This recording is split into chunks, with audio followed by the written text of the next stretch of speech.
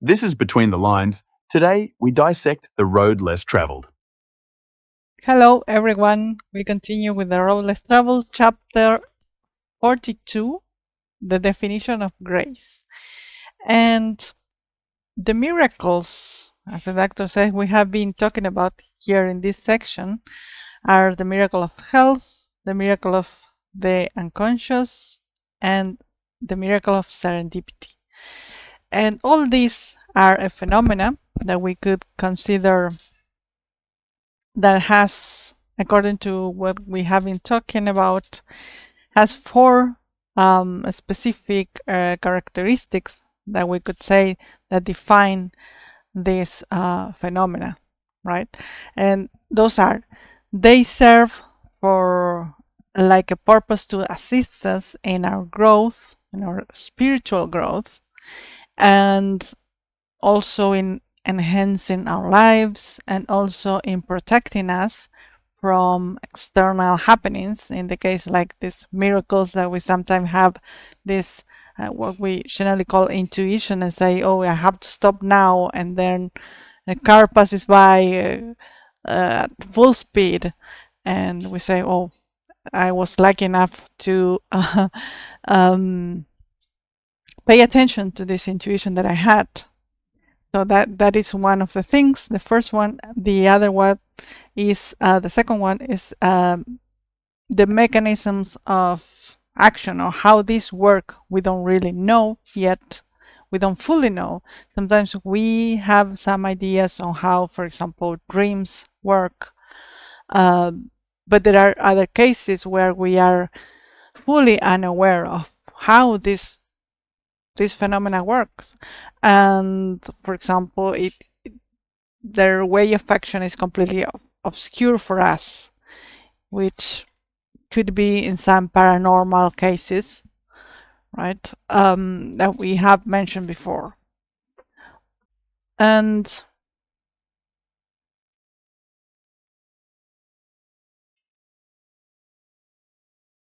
so the third one,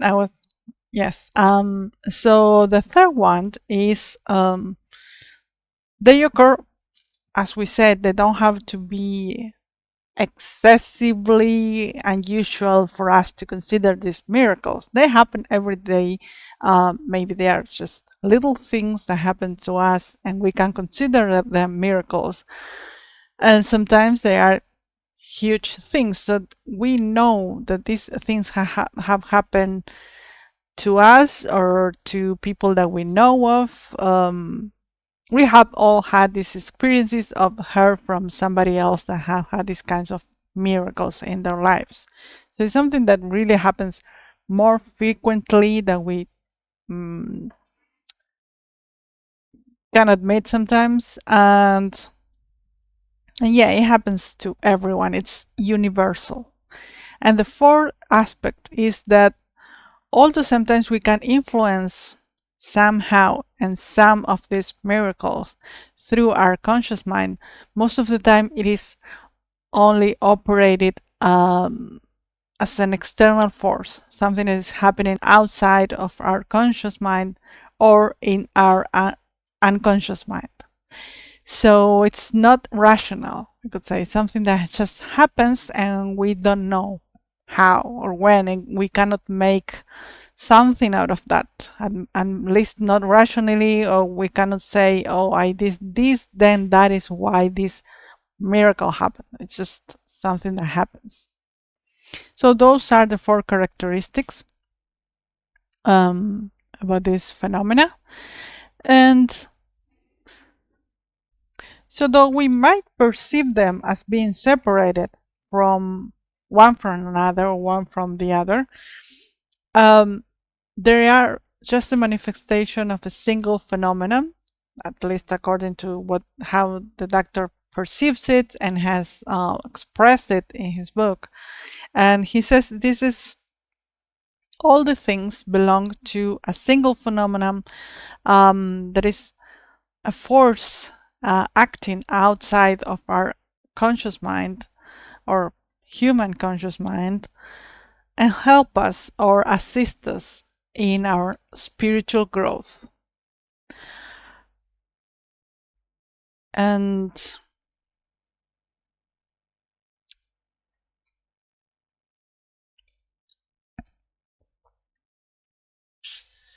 okay, all this has been what we have been talking in the first chapters of this section called grace.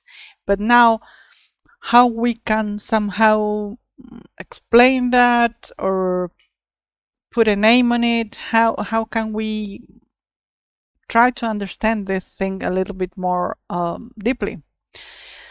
And we know, for example, through history and through different concepts of the world, that there are certain things that we haven't fully understand right until now, or some concepts are still being developed and studied or researched in more depth nowadays. Like, for example, when we as humanity were in our early ages, we didn't know there were cells in our bodies, we didn't know there were electrons, we weren't aware of these things that we now know that exist, even though we haven't seen an electron in our entire lives, unless you are a scientific researching that and going through a potent microscope. But there are so many things we haven't seen, but we know they exist because they have been researched. However, in our early ages as human beings, people attributed all those things to external forces or to through religion or through a religious concept, even though they may, in some cultures, they didn't have religion per se, but they have this idea that there was a force outside of our control or knowledge that we could call grace, right? We will call this grace, at least in this book. And yeah, that's what we now know so far, because we cannot fully understand still nowadays all those things and how they happen. And many things, for example, it comes to mind, people used to believe, this is just outside of the book, but I realize now, people used to believe that, for example, some illness would come through a miasma, they call it. There was like something in the air that would produce plague or produce some illnesses. We now know that miasma is something that doesn't exist actually, but it was bacteria that was contaminating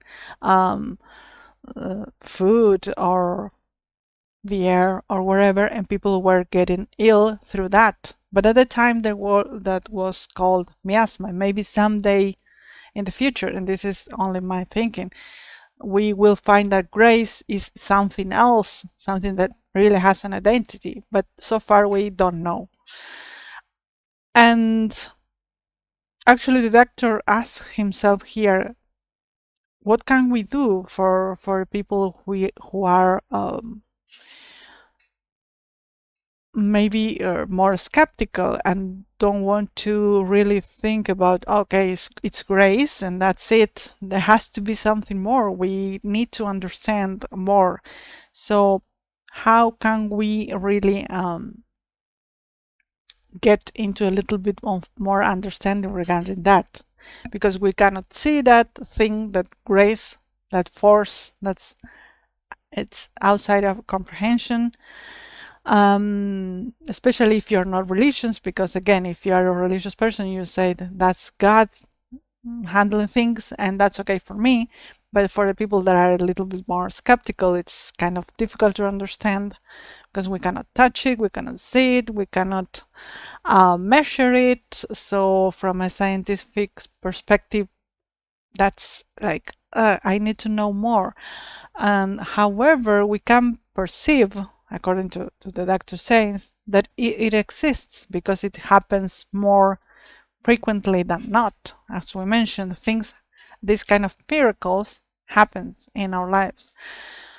And So where does this come from? We don't really know where does this, we cannot locate this force or this external force. We can we can say we know there is a conscious mind and an unconscious mind, but we don't really know where is the mind, right? So still there are so many things we really don't know. And coming back to grace, some religions say that it's grace, as the doctor calls it here, these miracles or these phenomena called grace in this book. Some say, or some religions say, that grace is equal to God's love, for example. And some other theological theories, for example, the doctor mentions here two theology traditions that are actually opposed. One is immanence, which I called it God-centric, because it says that God emanates this grace or these miracles to humans. And the other one is immanence, which is we as human beings have a piece, we could say, of God inside of us. So it's more human-centric. But we only have so far theories. So again, like in the case that I mentioned before, miasmas didn't exist, but the illnesses were real. So it could be compared, I think this analogy that just came by grace into my mind right now. We don't know what grace is, but we do know somehow the things happen.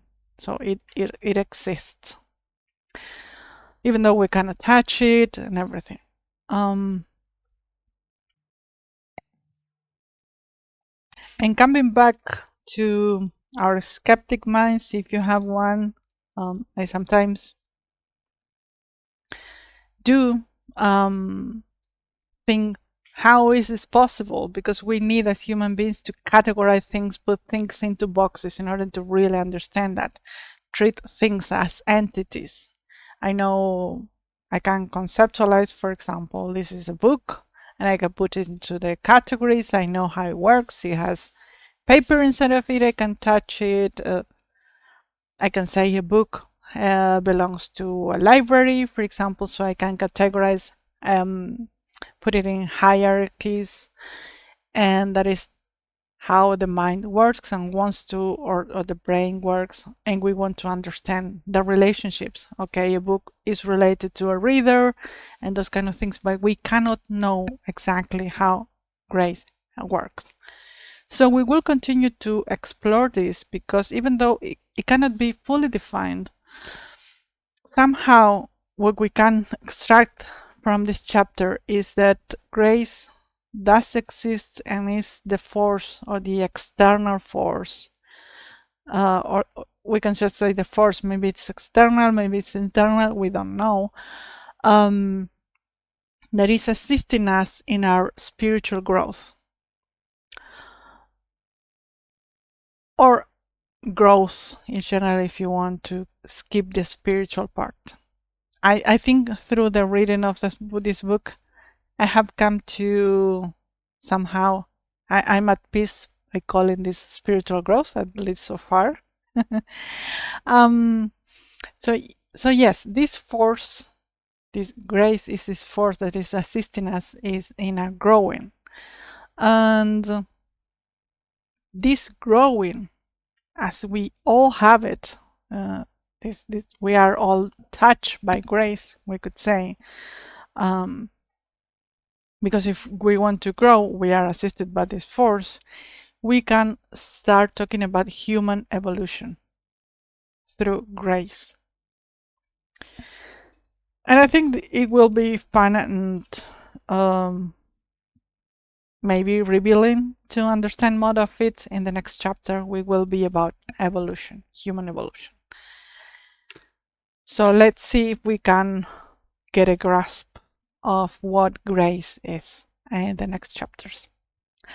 And I hope you have had some, at least, fun or something out of this chapter. and hope you like it, or if you don't like it, find some usefulness in this, and see you next Sunday. Bye bye. Now I have realized, sorry, it's just a footnote of this. When I said see you next Sunday, it reminded me of most of traditions or religious are people go to mass on Sundays. So it just crossed my mind, and I think that's funny. But anyways, have fun. See you next time. Bye. Stay tuned for Ulua's next episode.